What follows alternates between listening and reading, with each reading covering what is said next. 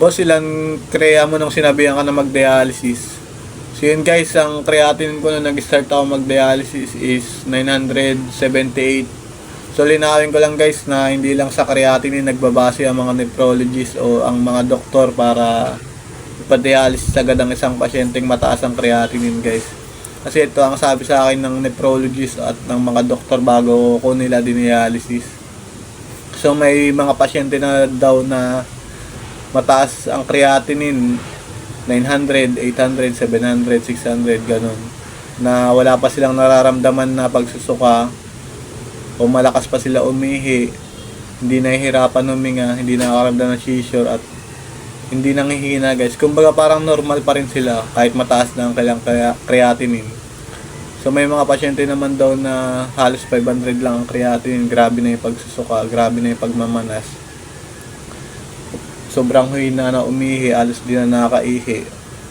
At grabe na yung pag-seizure guys at sobrang nahihirapan na talaga huminga kaya kailangan ng i-dialysis kahit mababa pa ang creatinine. So yun guys, doon nagbabase ang mga nephrologist at ang mga doktor at chinecheck nila ang ibang findings guys tulad ng pag-check ng AGFR. So ang AGFR guys is ang paliwanag sa akin ng doktor, dito nalalaman kung gaano pa kalakas yung function ng kidney ng isang pasyenteng mataas ang creatinine.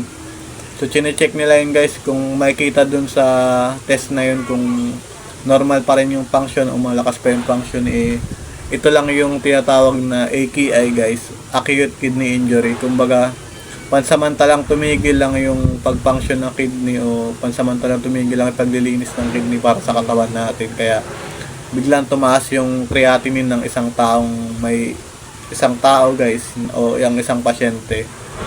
So ang sabi sa akin ng doktor is ang sa akin nakita sa EGFR ko is halos 15% na lang yung pag-function ng kidney ko kaya ang sa akin is CKD o chronic kidney disease na siya guys. Kumbaga matagal na siyang may sira kaya tinawag siyang chronic.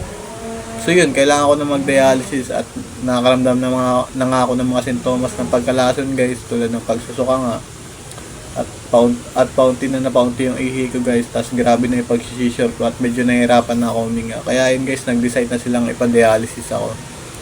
So yun guys, sana kung makikita nyo sa inyong mga laboratory na mataas na ang inyong creatinine is huwag kayong matakot sa mga kidney, lumapit sa mga kidney expert o sa mga nephrologist para magabayan kayo ng maayos guys kung ano ang dapat gawin kasi hindi naman porke mataas ang creatinine ng isang pasyente o ng isang tao is kailangan na agad i-dialysis.